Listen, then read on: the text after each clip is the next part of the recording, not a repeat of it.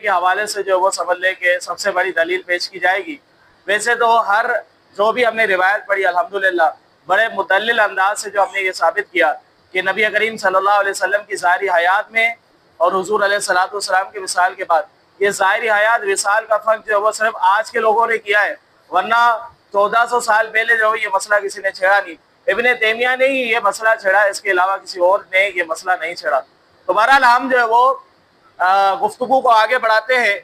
اب یہ روایت آپ سماعت کر لیں کہ یہ روایت جو ہے وہ ترمذی شریف کے اندر بھی ہے، ابن ماجہ کے اندر بھی ہے اور طبرانی کے اندر بھی ہے کہ ایک شخص اس کے راوی عثمان بن حنیف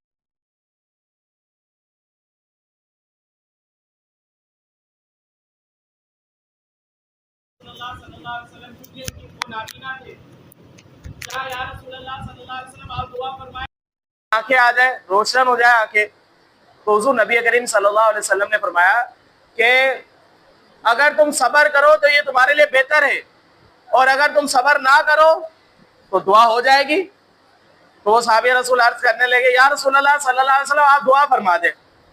تو حضور نبی کریم صلی اللہ علیہ وسلم نے فرمایا کہ تم اچھی طرح وضو کرو، اور وضو کرنے کے بعد 2 رکعت پڑھو، 2 رکعت نماز پڑھنے کے بعد فرمایا یہ دعا پڑھو۔ اب حضور علیہ الصلوۃ والسلام کی تعلیم یافتہ یہ دعا ہے۔ اب اس دعا کے اندر کیا ہے؟ اب اس دعا کو جو ہے وہ توجہ فرمائے، دلیل جو اصل اس دعا کے اندر ہے۔ دعا یہ اللہم انی اسألوک اتوجہ الیک بنبیک محمد نبی رحمہ یا محمد انی توجہت بک الی ربی فی حاجتی ھذی لتقضی اللہم شفیہ فیہا۔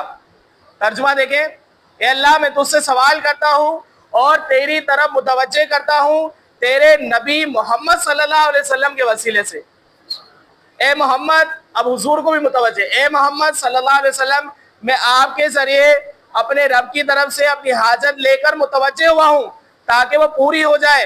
اے اللہ ان کو میرے حق میں شفیع بنوا۔ اب یہ حضور نبی کریم صلی اللہ علیہ وسلم نے خود تعلیم ارشاد فرمائی کہ حضور علیہ الصلوۃ والسلام کا وسیلہ دیا جائے۔ تو یہ حضور علیہ الصلوۃ والسلام نے خود جو ہے وہ یہ تعلیم ارشاد فرمائی کہ جب دعا مانگی جائے تو میرے وسیلے سے مانگی جائے، اللہ تبارک و تعالیٰ وہ دعا ضرور قبول فرماتے ہیں۔ صحابی رسول فرماتے ہیں ابھی ہم وہیں رکے ہوئے تھے، دیر نہیں ہوئی تھی، اسی وقت جو ہے وہ صحابی رسول جو نابینا تھے فرماتے ہیں جب انہوں نے یہ دعا مانگی تو ان کی آنکھیں ایسے صحیح ہو گئی تھی جیسے ان کی آنکھوں میں کوئی تکلیف ہی نہ ہو۔ اللہ کی بارگاہ میں نبی کریم صلی اللہ علیہ وسلم کا وسیلہ دیا تو اللہ تبارک و تعالیٰ نے فوراً دعا قبول فرمائی۔ راوی کون ہے؟ عثمان بن حنیف رضی اللہ تعالیٰ، کہتے ہیں بادل وصال۔ تو یہی راوی حضرت عثمان بن حنیف رضی اللہ تعالیٰ عنہ فرماتے ہیں کہ عثمان غنی رضی اللہ تعالیٰ عنہ کا زمانہ تھا، یہ طبرانی کے اندر یہ روایت موجود ہے۔ تو عثمان غنی رضی اللہ تعالیٰ عنہ کا زمانہ تھا، ایک شخص کو عثمان غنی رضی اللہ تعالیٰ عنہ سے کوئی کام تھا، حاجت تھی، تو وہ کئی مرتبہ گئے لیکن حضرت عثمان غنی رضی اللہ تعالیٰ عنہ سے ملاقات نہ ہو پائی۔ ان کو کوئی ضروری کام تھا اور ملاقات ہی نہیں ہو رہی تھی، بار بار جو ہے وہ مطلب یہ کہ ان کا جانا ہو رہا تھا لیکن وہ ملاقات جو ہے وہ نہیں ہو پا رہی تھی۔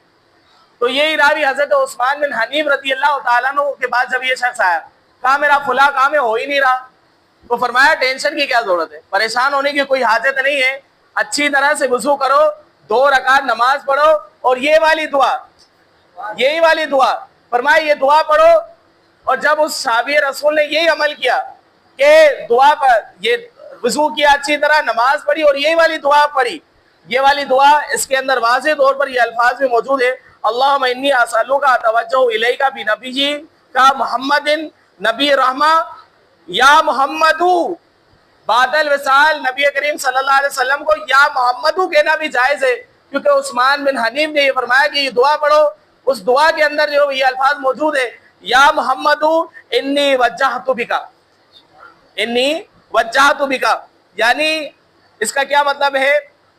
اپنی متوجہ، یہ نبی کریم صلی اللہ علیہ وسلم کو متوجہ کرنے کے لیے فرمایا بے شک میں متوجہ کرتا ہوں آپ کو اپنے رب کی طرف سے، یعنی صحابی رسول نے نبی کریم صلی اللہ علیہ وسلم کو متوجہ بھی کیا، بعد الوصال حضور علیہ الصلوۃ والسلام کو متوجہ بھی کیا، یا محمد بھی کہا، اور فرماتے ہیں کہ جب میں نے یہ دعا پڑھی، دعا پڑھنے کے بعد جو وہ پھر جو وہ ان سے ملاقات ہوئی عثمان بن حنیف سے، تو جب ملاقات ہوئی تو وہ جو شخص ہے جس نے یہ دعا پڑھی تھی وہ وہ حضرت عثمان بن حنیف کا جو وہ شکریہ ادا کرنے لگے، کہا کہ وہ میرا کام جو وہ ہو گیا، آپ کی بڑی مہربانی۔